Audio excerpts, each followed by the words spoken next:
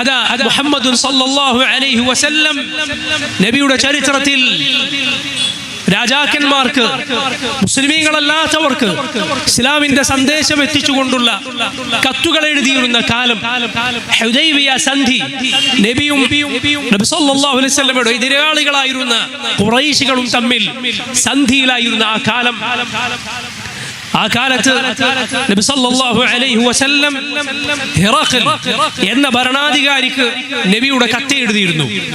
മിൻ മുഹമ്മദ് റസൂലില്ലാഹ് ഇലാ ഹിറഖൽ അദീം റൂം അസ്സലാമു അലാ മൻ ഇത്തബഅ അൽ ഹുദാ അസ്ലിം തസ്ലം യുഅതിക അല്ലാഹു അജ്റക മറതൈൻ. ഇദാ അല്ലാഹുവിന്റെ റസൂലായ മുഹമ്മദിൽ നിന്നുള്ള കത്താണ്. ഇലാ ഹിറഖൽ അദീം റൂം, റോമക്കാരുടെ തലവനായ ഹിറഖലിലേക്കുള്ള നബിയുടെ കത്താണ്. അസ്സലാമു അലാ മൻ ഇത്തബഅ അൽ ഹുദാ, സന്മാർഗം സ്വീകരിച്ചവരാരോ അവർക്ക് സലാം. അസ്ലിം, നീ മുസ്ലിമാവുക. തസ്ലം, എങ്കിൽ നിനക്ക് രക്ഷപ്പെടാം. യുഅതിക അല്ലാഹു അജ്റക മറതൈൻ, അല്ലാഹു നിനക്ക് 2 തവണ നിന്റെ പ്രതിഫലം നൽകുന്നതാണ്. ഇനി നീ ഈ സത്യത്തിൽ നിന്ന് തിരിഞ്ഞു കളയുകയാണെങ്കിൽ നിന്റെയും നിന്നെ പിൻപറ്റിയ പ്രജകളുടെയും അവരെ വഴിതെറ്റിച്ചതിന്റെയും പാപഭാരം നിന്റെ മേലുണ്ടായിരിക്കും. ഈ കത്ത് റസൂലുള്ളാഹി സ്വല്ലല്ലാഹു അലൈഹി വസല്ലം ഹിറഖലിന് അയക്കുകയുണ്ടായി. നബി സ്വല്ലല്ലാഹു അലൈഹി വസല്ലമയുടെ നിയോഗത്തെക്കുറിച്ച് അയാൾ മനസ്സിലാക്കി. ഹിറഖൽ പഴയ കിതാബുകൾ, യഹൂദ നസ്രാനികൾക്ക് മുമ്പ് അവതരിപ്പിക്കപ്പെട്ട കിതാബുകളിൽ പറയപ്പെട്ട പഴയ നബിമാരുടെ ജീവിതവും അവരുടെ അവസ്ഥാന്തരങ്ങളും ഒക്കെ മനസ്സിലാക്കിയ ആളായിരുന്നു. നസ്രാനിയായിരുന്ന, ക്രൈസ്തവനായിരുന്ന ഹിറഖൽ ആ സമയത്ത് അറബികളിൽ തന്റെ നാട്ടിൽ കച്ചവടത്തിന് വന്നിരുന്ന അബൂ സുഫിയാനെയും കൂട്ടരെയും തന്റെ സന്നിധിയിലേക്ക് വിളിപ്പിക്കുകയാണ്. നോക്കണം നിങ്ങൾ, അബൂ സുഫിയാൻ റളിയല്ലാഹു അൻഹു അന്ന് മുസ്ലിം ആയിരുന്നില്ല. നബി സല്ലല്ലാഹു അലൈഹി വസല്ലമയുടെ ശത്രുക്കളുടെ കൂട്ടത്തിലായിരുന്നു. അല്ല, നബിയുടെ ശത്രുക്കളുടെ തലവനായിരുന്നു ആ കാലത്ത്. ഹിറഖൽ അബൂ സുഫിയാൻ അടങ്ങുന്ന സംഘത്തോട് ചോദിച്ചു, നിങ്ങളുടെ കൂട്ടത്തിൽ ഈ നബിയാണെന്ന് പറഞ്ഞു വന്നിട്ടുള്ള ആളുമായി കൂടുതൽ ബന്ധമുള്ള, കുടുംബ ബന്ധമുള്ള ആളാരാണ്?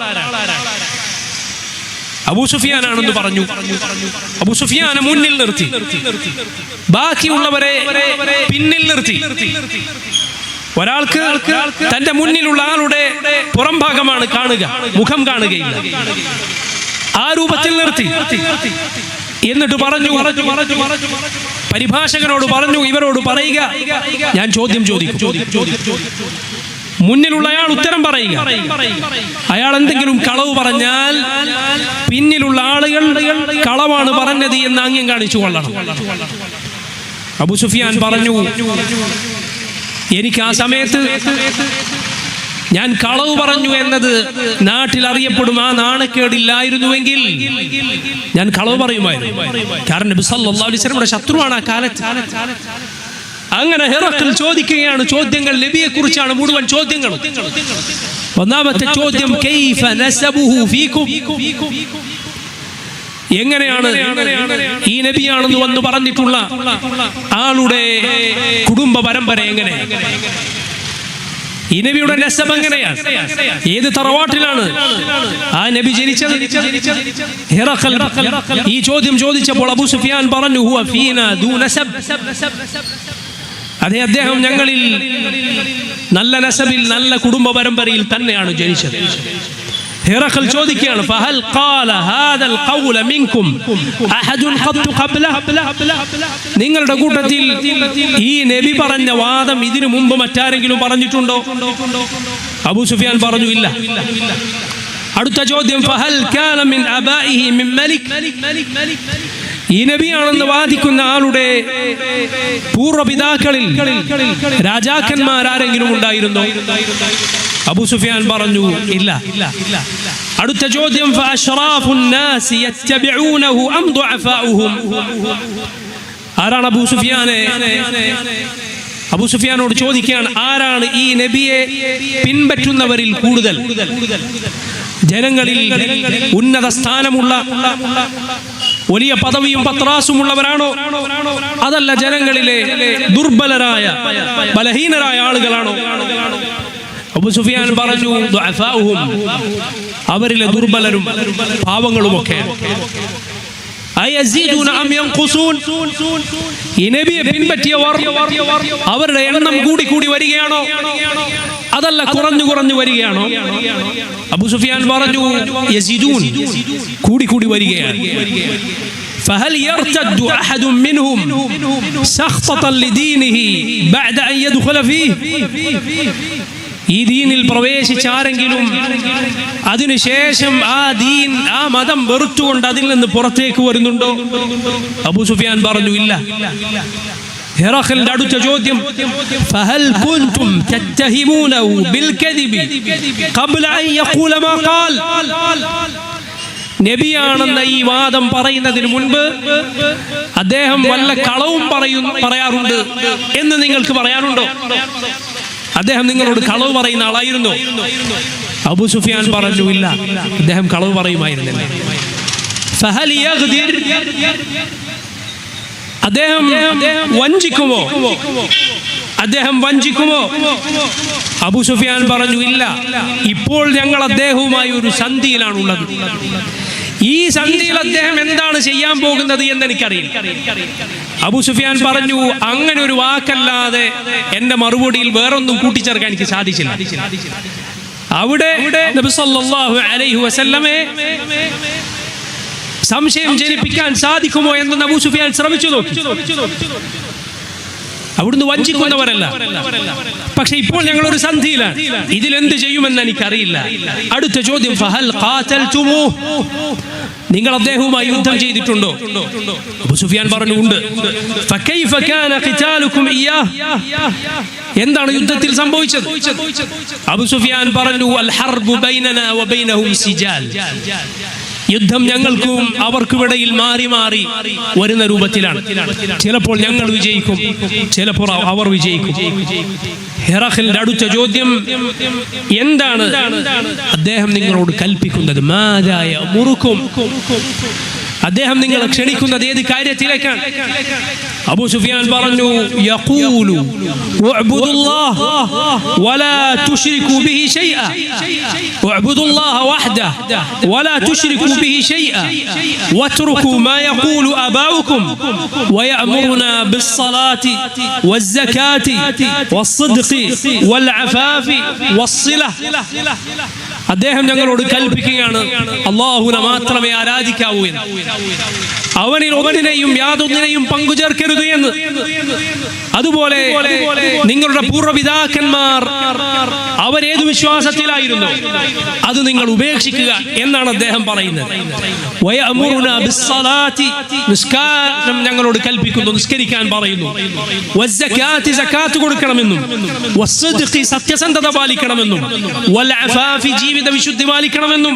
വസ്സിലഹ, കുടുംബ ബന്ധങ്ങൾ ചേർക്കണമെന്നും. അബൂ സുഫിയാൻ ഈ മറുപടികൾ പറഞ്ഞപ്പോൾ ഹെറഖൽ പറയുകയാണ്, ഞാൻ നിങ്ങളോട് ചോദിച്ചു, അദ്ദേഹത്തിന്റെ ഈ നബിയാണെന്ന് പറഞ്ഞു വന്നിട്ടുള്ള ആളുടെ കുടുംബ പരമ്പര എങ്ങനെയാണ്? നിങ്ങൾ പറയുന്നു അദ്ദേഹം നല്ല കുടുംബ പരമ്പരയിലാണ്. അതെ, അങ്ങനെ തന്നെയാണ് അല്ലാഹുവിന്റെ റസൂലുകൾ. അവരവരുടെ ജനതയിലെ ഏറ്റവും നല്ല തറവാട്ടിലാണ് ജനിക്കുക. ഞാൻ ചോദിച്ചു അദ്ദേഹത്തിന് മുൻപ് മറ്റാരെങ്കിലും ഇത് പറഞ്ഞിട്ടുണ്ടോ എന്ന്. നിങ്ങൾ പറഞ്ഞു ഇല്ല എന്ന്. ആരെങ്കിലും മുമ്പ് ഇത് പറഞ്ഞിട്ടുണ്ടായിരുന്നുവെങ്കിൽ എനിക്ക് പറയാമായിരുന്നു. മുമ്പ് നാട്ടിലുണ്ടായിരുന്ന ഒരു വാദം അദ്ദേഹം ഏറ്റുപിടിച്ചതാണ്, അത് പകർത്തിയതാണ് എന്നെനിക്ക് പറയാമായിരുന്നു. അദ്ദേഹത്തിന്റെ തലമുറയിൽ മുൻഗാമികളിൽ രാജാക്കന്മാരാരെങ്കിലും ഉണ്ടോ എന്ന് ഞാൻ ചോദിച്ചു.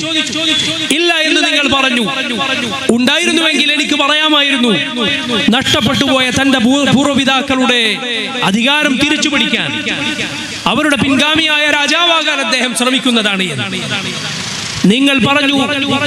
ആരാണ് അദ്ദേഹത്തെ പിൻപറ്റുന്നത്?